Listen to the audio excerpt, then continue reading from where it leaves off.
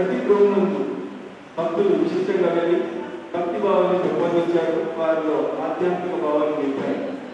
అలాంటి బృందంకు సన్మానించాలని, భగవంతుడి సన్నిధిలో వారిని గుర్తింపు ఇవ్వాలని ఈనాటి కార్యక్రమం ఏర్పాటు చేశాము. దీనిలో పాల్గొన్న ప్రతి ఒక్కరికి హృదయపూర్వక స్వాగత సుమాంజలి. కార్యక్రమ పర్యవేక్షకులు ముందుకు రావాలని ఆహ్వానిస్తున్నాం. శ్రీ నూతన లక్ష్మీనారాయణ గారు ముఖ్య పర్యవేక్షకులు. ఇంకా కార్యక్రమం ఇంకా వైభవంగా నిర్వహిస్తారు. గారు ప్రోగ్రాం సలహా సేవకులు మరియు దేవాలయ కమిటీ ప్రధాన కార్యదర్శి గాలి రంగరాజు గారు, శ్రీ చిత్ర రమేష్ గారు,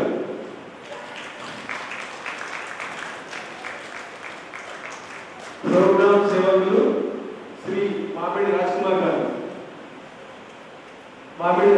గారు,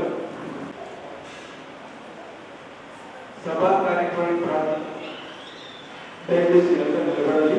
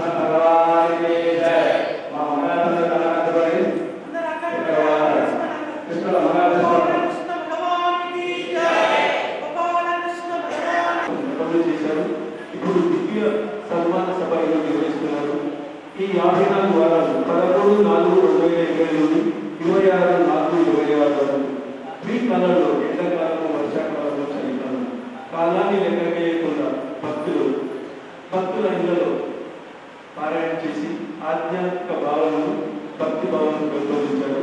వారికి ఒకసారి కళ్ళు గట్టిగా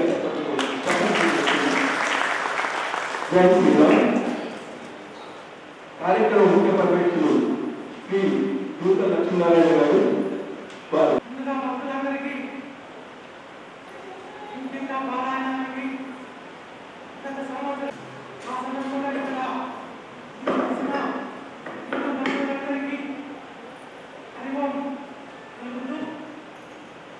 ఈ కార్యక్రమము మనం ప్రారంభించడానికి ముఖ్య ఉద్దేశము మన హిందూ ధర్మము మన హిందూ యొక్క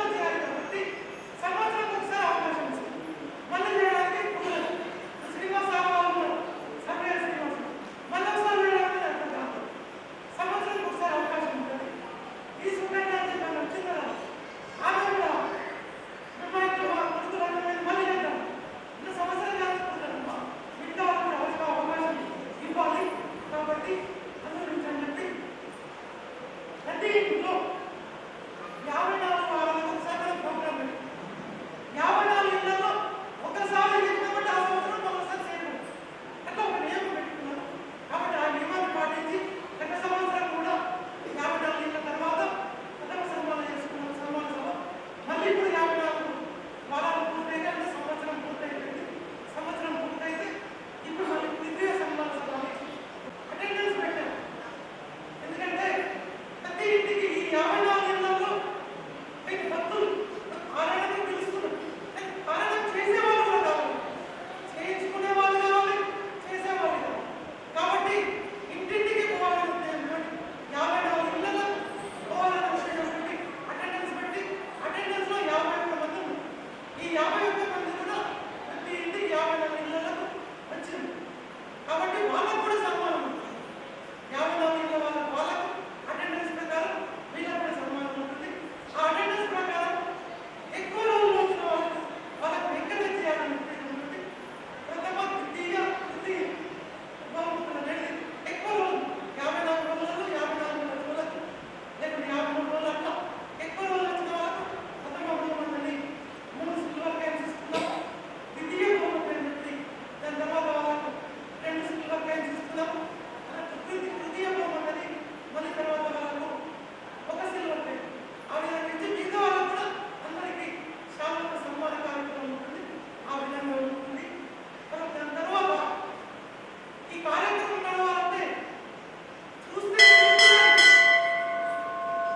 ఈ కార్యక్రమం సింపుల్ అనిపిస్తుంది కానీ ఇది చేసే వాళ్ళకి అర్థమైంది అది ఎంత అనేది. ఎందుకంటే ప్రతి ఆదివారము ఒకరి ఇంటికి పోవాలి, ఒకరిని పిలవాలి, వాళ్ళు ఆవేదన చేయాలి, మరి ఎన్నో విషయాలు. అయితే ఆ కార్యక్రమం నడవాలన్నా ఒకరిని పోవాలంటే కొందరు మంది ఉంటుంది, బండ్లు ఉంటాయి, ఆటోలు రావాలంటే వాళ్ళ ఇంట్లో ఆటో ఉండదు, దొరుకుతాయి. ఆ విధంగా ఇక్కడ మందిరంలో ఆటో పెట్టాం. మందిరం ముందు 5:30కు 5 గంటలకు కలిసి ఆటో వెళ్తుంది. ఆ ఆటో కూడా ఖర్చులు అట్లా ఆ విధంగా మైక్ సెట్ ఉన్నది, మైక్ సెట్ తీసుకొచ్చే మొబైల్ మైక్ సెట్ దానికి ఖర్చులు ఉంటాయి. ఏదో విధంగా మన ఖర్చులు ఉంటాయి. కాబట్టి దాని గురించి అని చెప్పి ఒకటి మనం చిట్టి అని ఒకటి వేసాం. ఇంటింటా వాళ్ళకి ఒక చిట్టి నడుస్తుంది. ఆ చిట్టికి 50 వేల చిట్టి చదివి మనకు ఉపయోగపడుతుంది. అయితే వాళ్ళకు కూడా సన్మానం చేయాలని చెప్పి వాళ్ళకు కూడా చిట్టి మెంబర్లు ఉన్నారు, వాళ్ళకు కూడా సన్మానం. అదేవిధంగా ప్రతిరోజు ఇక్కడ మందిరంలో ఈ మందిరానికి మనం ఆరాధన చేసుకుంటున్నాము. ఇక్కడ కార్యక్రమం ఈ విధంగా దిగ్విజయంగా పూర్తి చేసుకుంటున్నాము. అంటే దీనికి ఒక మందిరం మనకు షెల్టర్. ఈ మందిరం ఉన్నప్పటికీ మనం ఈ విధంగా చల్లగా ఫ్యాన్ కింద కూర్చున్నాము. ఇంకొంచెం సేపు అయితే ఇక్కడ ఆనందంగా భోజనాలు చేయాలి. కాబట్టి ఇటువంటి అవకాశానికి ఇచ్చినటువంటి గీతా మందిరం ఏదైతుందో ఆ గీతా మందిరం ట్రస్ట్ పాలకవర్గం ఏదైతుందో ఆ పాలకవర్గానికి కూడా సన్మానం చేయాలని నిశ్చయించుకున్నాం. ఆ తర్వాత ఈ కార్యక్రమానికి ఎవరైతే ఇప్పుడు ఈ రోజు నిర్వహిస్తున్న అన్నదాన కార్యక్రమం అన్నప్రసాదానికి ఎవరైతే కొందరు దాతలుగా ముందుకొచ్చి మా వంతు శక్తిని బట్టి మేము కూడా సహాయం చేస్తామని కొంతమంది దాతలు ఉన్నారు. వాళ్ళకు కూడా సన్మానం. అదేవిధంగా ప్రతిరోజు ఇక్కడ మనం చెప్పుకున్నట్టుగా ప్రతిరోజు ఉదయం 8 నుంచి 9 వరకు పారాయణం ఉంటుంది. ఆ పారాయణం క్రమం తప్పకుండా ఎవరైతే భక్తితో వస్తున్నారో వాళ్ళకు కూడా సన్మానం అవుతుంది. కాబట్టి ఇవన్నీ కార్యక్రమాలు అయిన తర్వాత మనకు భోజన ప్రసాదం ఉంటుంది. మనకి ఇంకా స్వీకరించాలి. ఇప్పుడు చక్కటి వివరణ గురించి ఉన్నాడు. అందుకే వారి కుటుంబం కృష్ణాన్ని పెట్టుకున్నాడు. ఈయన భక్తికి వచ్చి శివప్రభావం కూడా వస్తూ లక్ష్మీనారాయణ గారు మీ భక్తికి వచ్చే దర్శనిస్తారని శివప్రభావం కూడా వస్తుంటే కృష్ణుడిని వెళ్ళేసారంటే మిమ్మల్ని చూస్తారు. అంత హృదయపూర్వ భక్తిని కృష్ణప్రభావం తీసుకున్నారు. వారికి అభినందనలతో సమావేశం గురించి మాట్లాడారు.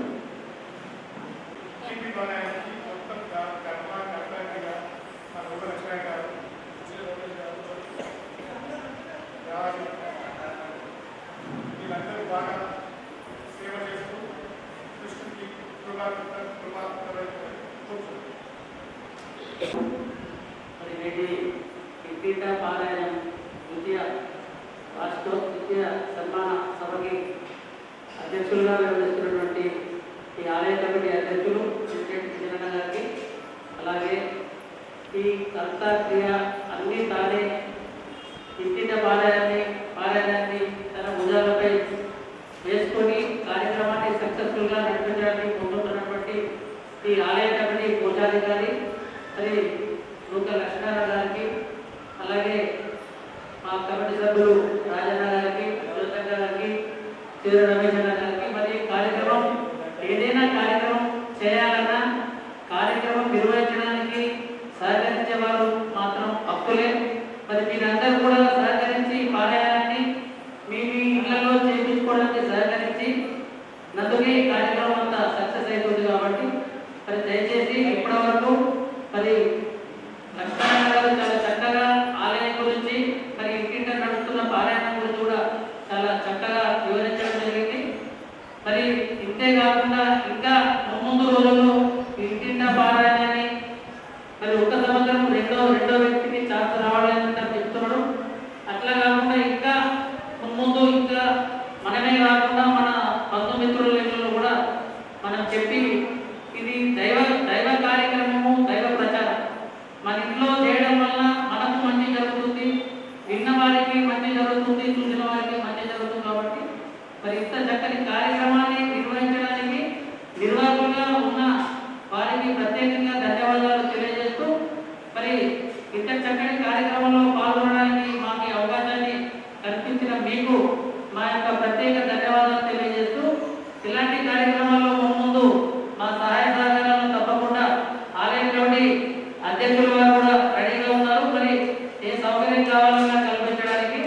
కాబట్టి ఈ కార్యక్రమాన్ని ఇంకా ఉత్సాహంగా ముందుకు తీసుకోవాల్సిందిగా మీ అందరినీ కోరుతున్నాను. అని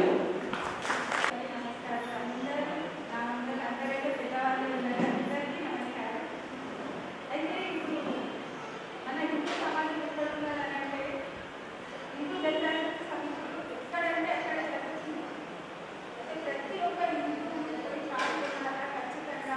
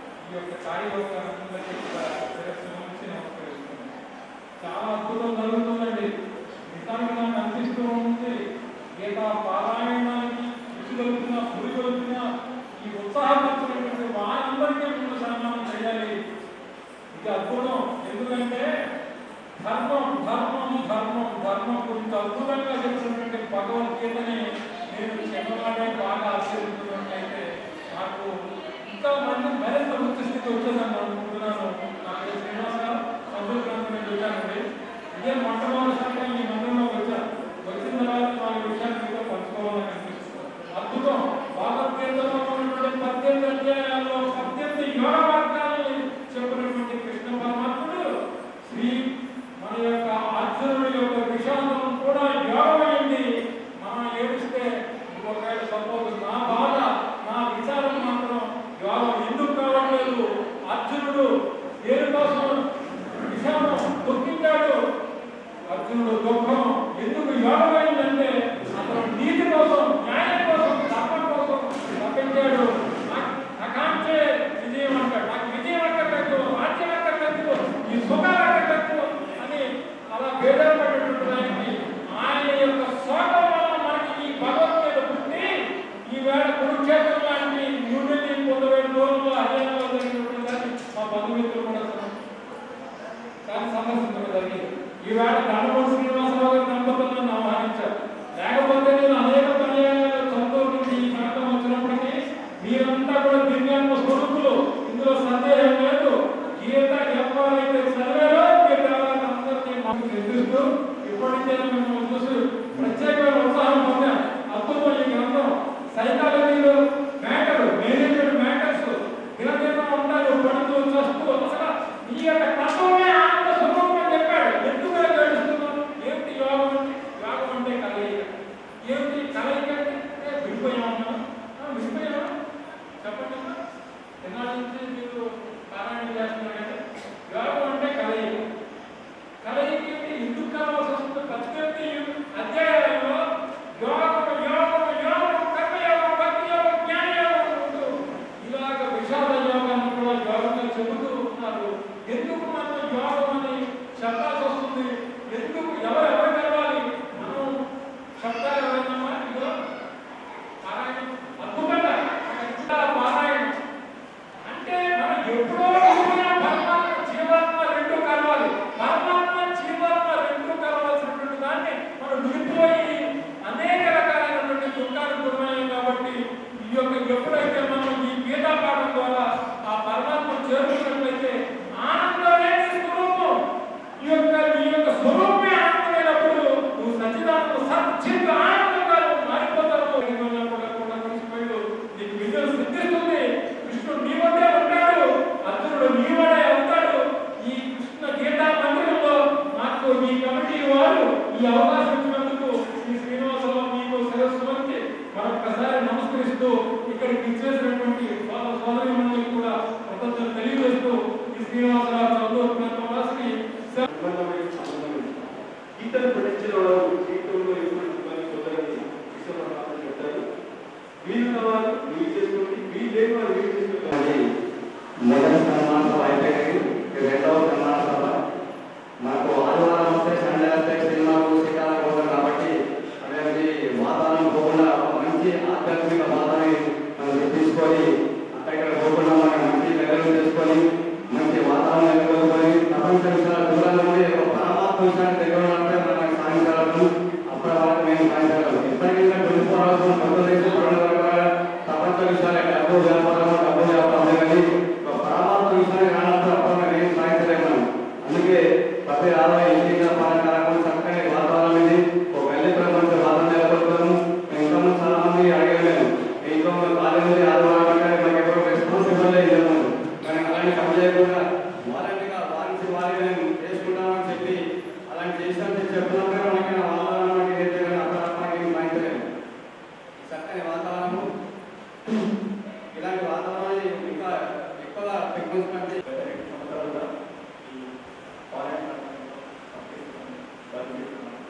చాలా బాగుంటుంది. ఈ ఒక గంటసేపే కానీ ఎంతో మనసు తృప్తిగా ఉంటుంది. మా ఒక 24 గంటలు ఒక గంట సేపట్లో మనసు ఎంతో ప్రశాంతంగా ఉంటుంది. ఈ సంవత్సరం ప్రతి పారాయణ ప్రతి ఇంట్లో చేయడం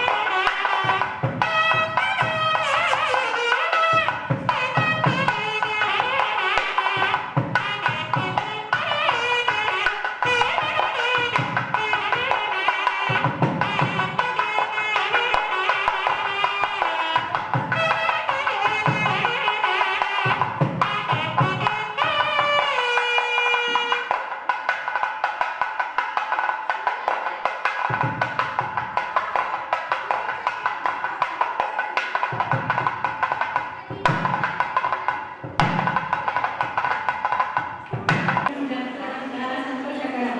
హిందూ మూలంగా ఈ కార్యక్రమం ఉద్దేశం ఏమంటే మనమందరం హిందువులం, హిందూ బంధువులం, అందరం భగవద్గీత మనకు ముఖ్యమైన పవిత్ర గ్రంథం. ఈ పవిత్ర గ్రంథం మనందరిలో ఉండాలి. ఉండడం అంటే పూజించడమే కాదు, చదవాలి. మనం చదవాలా, మన పిల్లలకు నేర్పాలా, చదివించాలా. ఇది మన జీవితానికి ఎంతో ఉపయోగపడుతుంది. జీవిత సత్యం మన ఓట్లు వెళ్ళినా కూడా భగవద్గీత ప్రమాణం చేసి చెప్తారు జడ్జి గారు, న్యాయం తీర్పు.